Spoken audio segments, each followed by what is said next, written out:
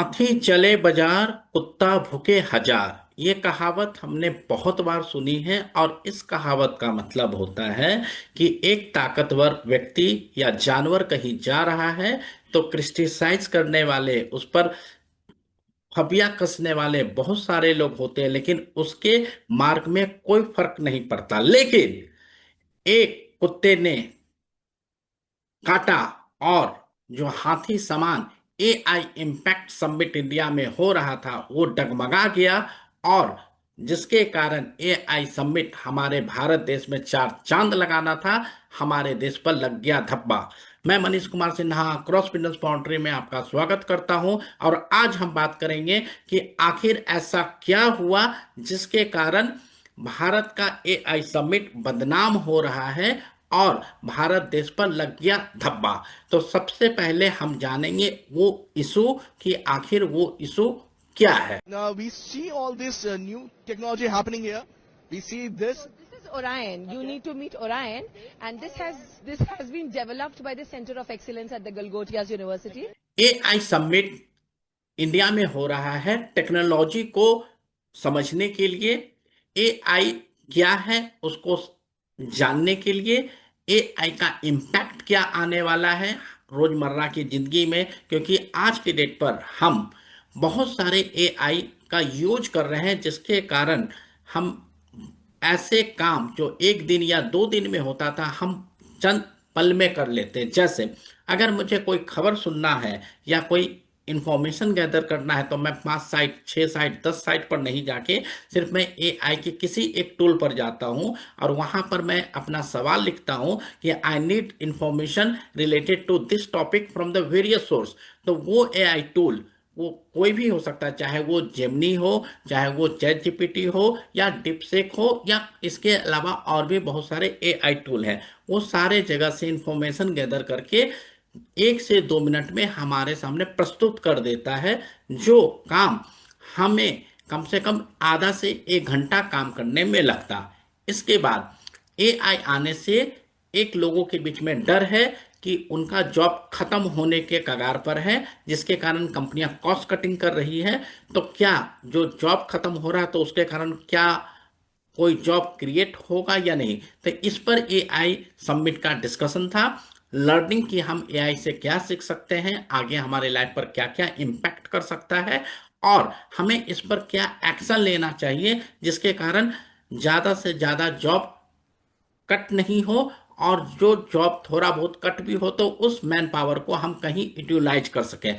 लेकिन ये AI summit in सब चीजों पर बात करना था, लेकिन एक कुत्ता, वो भी चाइनीज, ने पूरे एआई समिट को कर दिया है धराशाही और भारत का नाम होने लगा है बदनाम। तो आखिर ये हुआ क्यों?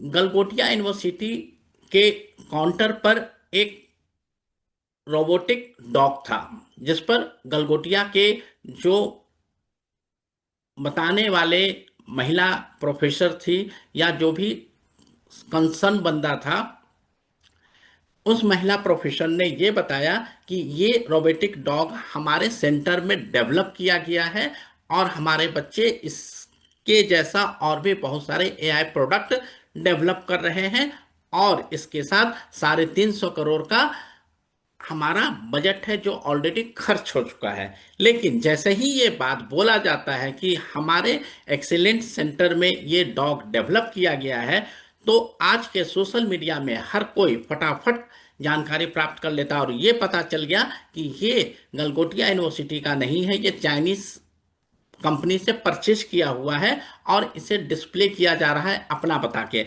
तो इस तरीके से, और इसी चीज को जो भारत के मिनिस्टर हैं, इस रोबोटिक डॉग को अपने ट्विटर हैंडल, अपने गवर्नमेंट ऑफ इंडिया के हैंडल से अनाउंस कर दिया कि भारत एआई में कितना आगे बढ़ रहा है। इसके कारण पूरा देश में, पूरे वर्ल्ड में भारत का नाम किरकिरा हो गया, क्योंकि जो चीज हमारा है नहीं, लेकिन मैं इसे कहता हूं ये एक बहुत बड़ा अपॉर्चुनिटी है।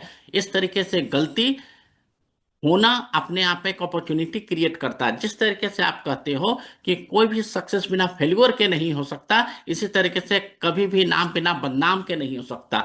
आज गलगोटिया यूनिवर्सिटी के एक गलती से भारत को ग्रेट अपॉर्चुनिटी मिलने की संभावना है। अब आप कहोगे कि ये ग्रेट अपॉर्चुनिटी कैसे मिल रहा है। Hello, hi. Hi, how are you? I am good and welcome to the pavilion. Okay, Neha, I wanted to ask you, we see all this new technology happening here. We see this. This is Orion. You need to meet Orion, and this has been developed by the Center of Excellence at the Galgotias University. I would also like to take a moment to brief you about Galgotias University. We are the first private university investing more than 350 crore rupees in artificial intelligence, and we have a dedicated data science and artificial intelligence block on the campus. So Orion has been developed by the Center of Excellences, and as you can see, it can take all shapes and sizes. And it's quite naughty also. It's quite naughty also, and it can perform small tasks of surveillance, monitoring. It can take all shapes, from moonwalk to somersault. It can do all the gimmicks. It is a legacy, sir. आप ऐसे university को जो tarnish, उसकी image को tarnish करने के लिए जो शब्दों का प्रयोग करें, मेरी रिक्वेस्ट है कि थोड़े रिस्पॉन्सिबली हम अपने शब्दों का चयन करें, क्योंकि एक छोटी इररिस्पॉन्सिबल हरकत से बहुत internet has been taken to storm by all the wrong reasons. ये तो रिपोर्ट हो चुकी है ना कि चीन के प्रोडक्ट को चाइना ने क्लेम किया कि हमारा है। हमने कभी क्लेम ही नहीं किया कि हमारा है, इंडियन है, गलगोटियन है, हमने नहीं कहा सर।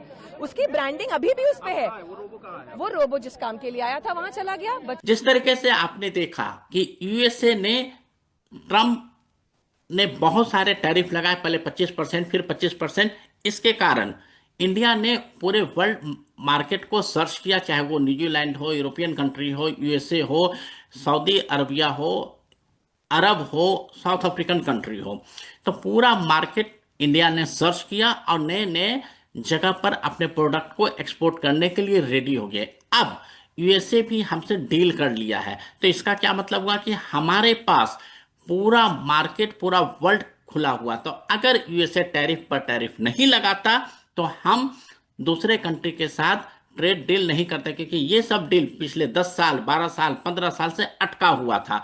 तो इंडियन उसी समय जागते हैं जब इनके ऊपर खतरा मंडराता है, या आप कहो जब आग लगती है तो हम कुआं खोदते हैं। तो यही चीज जब पूरे वर्ल्ड में एआई को लेके इंडिया का नाम बदनाम हुआ है, तो अब भारत सरकार सोचेगी कि क्या इसी तरीके से हमें आगे बढ़ना है, या जो बदनाम हुए हैं उसके दाग को हमें धोना है और अच्छे तरीके से इनोवेट करना है, एआई में हमें आगे बढ़ना है। क्योंकि इसी बजट में गवर्नमेंट ऑफ इंडिया ने 2047 तक टैक्स रेट पर हॉलीडे दिया है, टैक्स हॉलीडे दिया है 2047 तक। तो इस तरीके से हम बदनामी झेलते रहेंगे तो कोई भी कंपनी इंडिया में नहीं आएगी, और जो टैक्स हॉलीडे है उसका बेनिफिट इंडियन गवर्नमेंट को नहीं मिलेगा। तो इंडियन गवर्नमेंट के पास बहुत बड़ा अपॉर्चुनिटी है कि वो जितने भी प्राइवेट इंस्टीट्यूशन है, जितने भी प्राइवेट यूनिवर्सिटी है जो बाय डिफॉल्ट क्लेम करते हैं कि ये मेरा एआई है, मेरा इनोवेशन है, तो उस पर कड़ी तरीके से निगरानी रखनी चाहिए, और उस पर जो भी सच्चाई है सिर्फ वही ट्रांसपेरेंसी के साथ लोगों तक पहुंचना चाहिए। तो एआई और टैरिफ ये दोनों मिलके इंडिया को एक नए आयाम, नए मुकाम पर पहुंचा सकता है, जहां पर हम एआई में बहुत सारे इनोवेशन करने के क्षमता रखते हैं। तो ये कुत्ता जो कहानी है ये सिर्फ ये है कि गलगोटिया यूनिवर्सिटी ने क्लेम किया कि ये प्रोडक्ट हमने बनाया है और इसे हम अपने बच्चे के, इसे हम स्टूडेंट के रिसर्च एंड डेवलपमेंट के लिए किया है। इस पर हमारा एआई सेंटर पर 350 करोड़ का खर्च हो चुका है। तो मेरा 2-3 सवाल है कि जब ये चाइना से परचेज हुआ तो ये ट्रांसपेरेंसी के साथ गलगोटिया यूनिवर्सिटी ने क्यों नहीं बताया? क्योंकि गलगोटिया यूनिवर्सिटी को ये लगा कि जिस तरीके से आज तक चलते आ रहा है, जिस तरीके से हम आज तक बच्चे को कैंपस में बेवकूफ बना रहे हैं, पूरी दुनिया को हम बेवकूफ बना सकते हैं। लेकिन आज सोशल मीडिया का जमाना है, आज एआई ऑडिट का जमाना है, जहां पर एक क्षण में हर कुछ पता चल जाता है।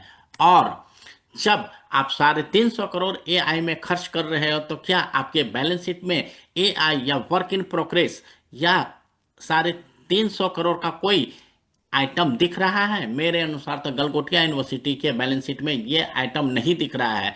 और इसी चीज को बाद में क्लियरफाई भी किया गया कि हमारा अगले 3-4 सालों में ये 350 करोड़ खर्च करने का इंटेंशन है। और जब ये फीमेल प्रोफेसर ने बताया कि ये प्रोडक्ट हमारा है, तो उसके बाद उन्होंने भी डिक्लाइन किया और बोला कि मेरा इंटेंशन ये नहीं था। और गलगोटिया यूनिवर्सिटी के जो डीन है और जो एडमिनिस्ट्रेशन है, उस सभी ने एक्सेप्ट किया कि ये हमसे बोलने में गलती हुई है, हमने इसे डेवलप नहीं किया है, हमने इसे अंडरस्टैंडिंग और समझने के लिए, रिसर्च के लिए हमने कहीं से परचेज किया है। तो इस तरीके से एक बहुत बड़ा जो गलगोटिया यूनिवर्सिटी स्टूडेंट और पेरेंट को फूल बना रहा था। तो यहाँ पर गवर्नमेंट ऑफ इंडिया को सोचना है कि इस तरीके से सिर्फ गलगोटिया यूनिवर्सिटी बेवकूफ़ नहीं बना रहा है, बाकी सारी यूनिवर्सिटी ये काम कर रहे हैं। आज गलगोटिया यूनिवर्सिटी पकड़ा गया, बाकी यूनिवर्सिटी नहीं पकड़ाया है। एक और एग्जाम्पल मैं आपको बताता हूँ। सारे यूनिवर्सिटी ये क्लेम करते हैं कि मेरे यहाँ जो बच्चे पढ़े वो 40 लाख, 1 करोड़, 60 लाख, 80 लाख के मैक्सिमम पैकेज पर गए हैं।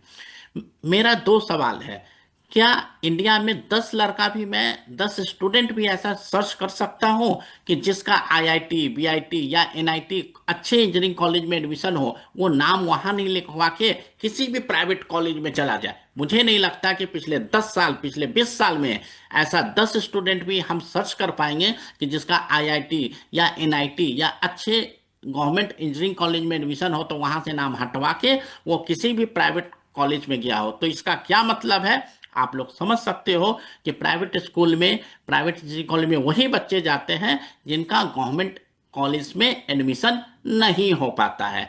और जब आप कैंपस के अंदर किसी भी स्टूडेंट, किसी भी पेरेंट को इस तरीके से शोकेस करोगे, तो उनके पास अपॉर्चुनिटी, उसके पास टाइम नहीं होता है कि वो कहाँ सर्च करे, क्या देखे। उसे सिर्फ एडमिशन लेने की होड़ लगी रहती है और वो आपके झांसे में आ जाता है। इस तरीके से गवर्नमेंट ऑफ इंडिया को हर यूनिवर्सिटी पर कड़ी निगरानी रखनी चाहिए, और जो भी वो क्लेम करती है, चाहे वो प्लेसमेंट के लिए हो, चाहे वो इनोवेशन के लिए हो, चाहे वो रिसर्च डेवलपमेंट के लिए हो, वहाँ पर कड़ी से कड़ी निगरानी रख के यूनिवर्सिटी को देखना चाहिए। तो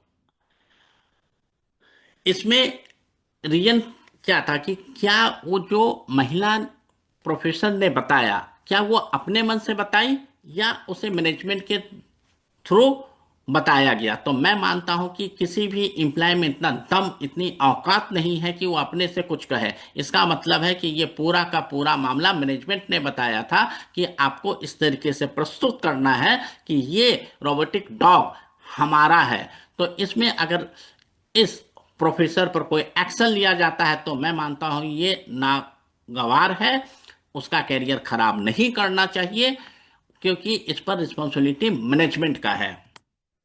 और मैं 100% श्योर हूं कि ये जो बताया गया है, मैनेजमेंट के परमिशन के बगैर ऐसा कोई नहीं बता सकता। क्योंकि जब आप किसी इवेंट में इस तरीके से जाते हो, तो जितने भी इम्प्लाई जाते हैं उनको एक प्रॉपर स्क्रिप्ट दिया जाता है, प्रॉपर डिटेल दिया जाता है, आपको किससे क्या बात करना है।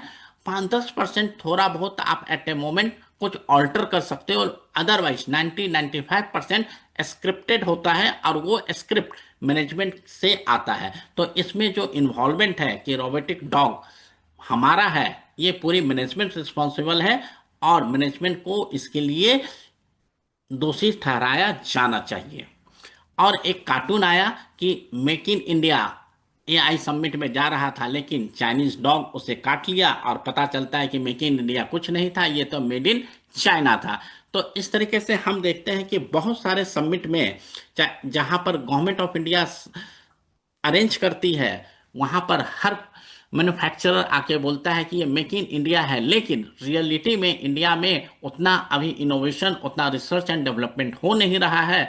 वो प्रोडक्ट कहीं ना कहीं बाहर से इंपोर्ट होता है और उस पर उस कंपनी का लेबल लगता है। तो इस तरीके से अगर हम आगे बढ़ना चाहेंगे और हम दूसरे कंट्री में एक्सपोर्ट करना चाहेंगे, तो हमारी फेल्यूर आएगी। तो मैं सिर्फ इतना ही कहना चाहता हूँ, चाहे वो यूनिवर्सिटी हो, मैन्युफैक्चरर हो, कि आप अपने रिसर्च एंड डेवलपमेंट पर ध्यान दीजिए, ताकि हमें बाहर से इंपोर्ट करने की कम से कम जरूरत पड़े, और इंडिया का नाम एआई और अदर गुड्स में भी नाम आगे बढ़े।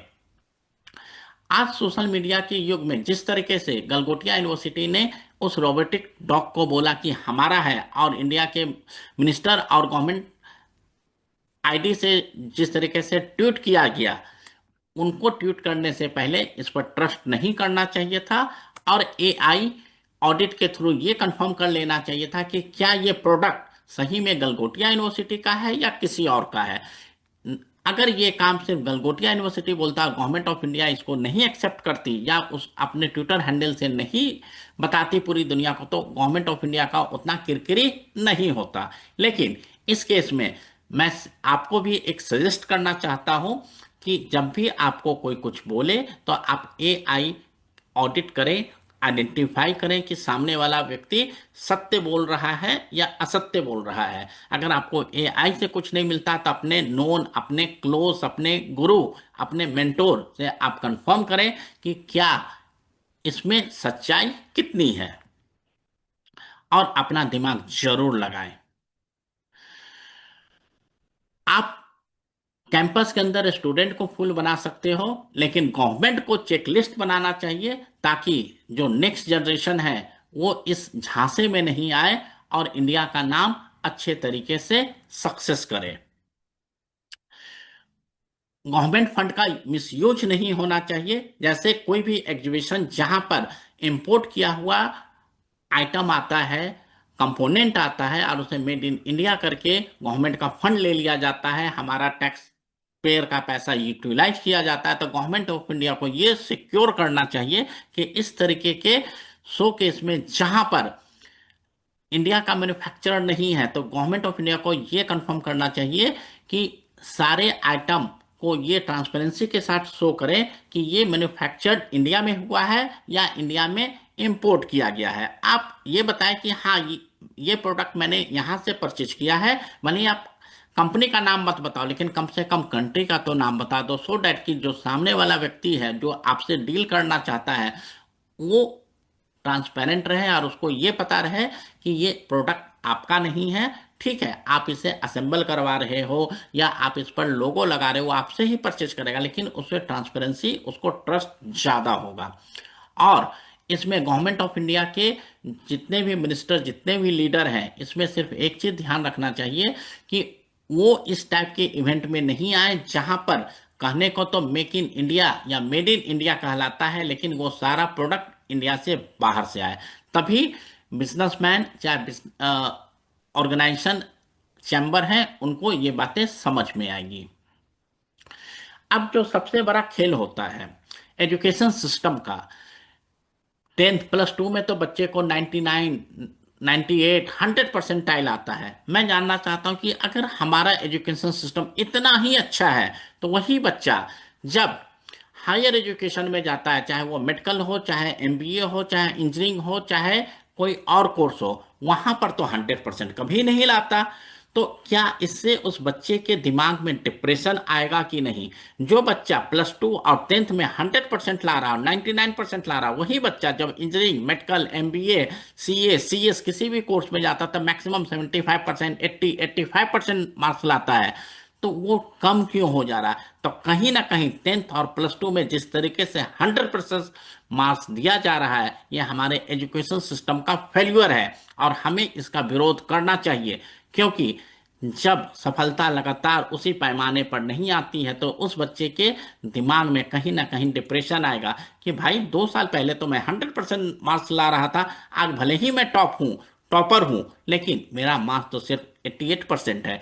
तो ये हमें एज बीइंग द पेरेंट और एज बीइंग द गवर्नमेंट हमें जरूर सोचना चाहिए। और इससे जो सबसे इंपॉर्टेंट है, हमें लर्निंग क्या है कि आज की डेट पर हम किसी को फूल नहीं बना सकते, और जो सोशल मीडिया है, एआई है, यहां पर हमें किसी को फूल बनाने की जरूरत ही नहीं है, क्योंकि जितना ज्यादा हम फूल बनाना चाहेंगे हम फूल बन जाएंगे। और आपकी एक मिस्टेक दूसरे मिस्टेक को भी ब्रिंग आउट कर देगी। जैसे गलगोटिया के केस में क्या हुआ, गलगोटिया ने एक मिस्टेक किया, अब सारे सोशल मीडिया में वहां पर नाच गाना दिखा रहे हैं, जो बिल्कुल ही गलत है। अगर किसी फेस्टिवल में या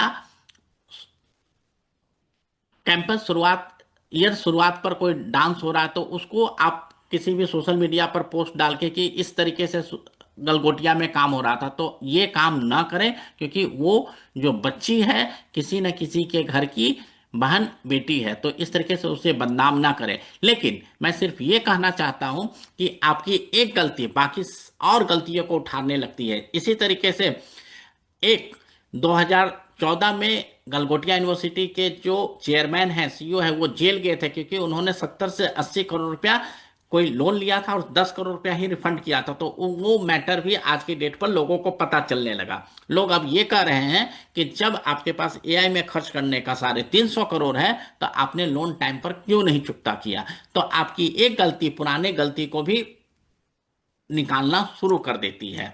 और अगर आप ट्रांसपेरेंसी रखते हो तो लॉन्ग रन में सक्सेस करना ज्यादा आसान है, क्योंकि आज के डेट पर फूल नहीं बनाया जा सकता है किसी भी व्यक्ति को, क्योंकि आज के डेट पर हर व्यक्ति के हाथ में सोशल मीडिया है, एआई है। आप स्मार्ट हो सकते हो, लेकिन सामने वाला व्यक्ति आपसे जरूरत से ज्यादा स्मार्ट। Audio Jungle.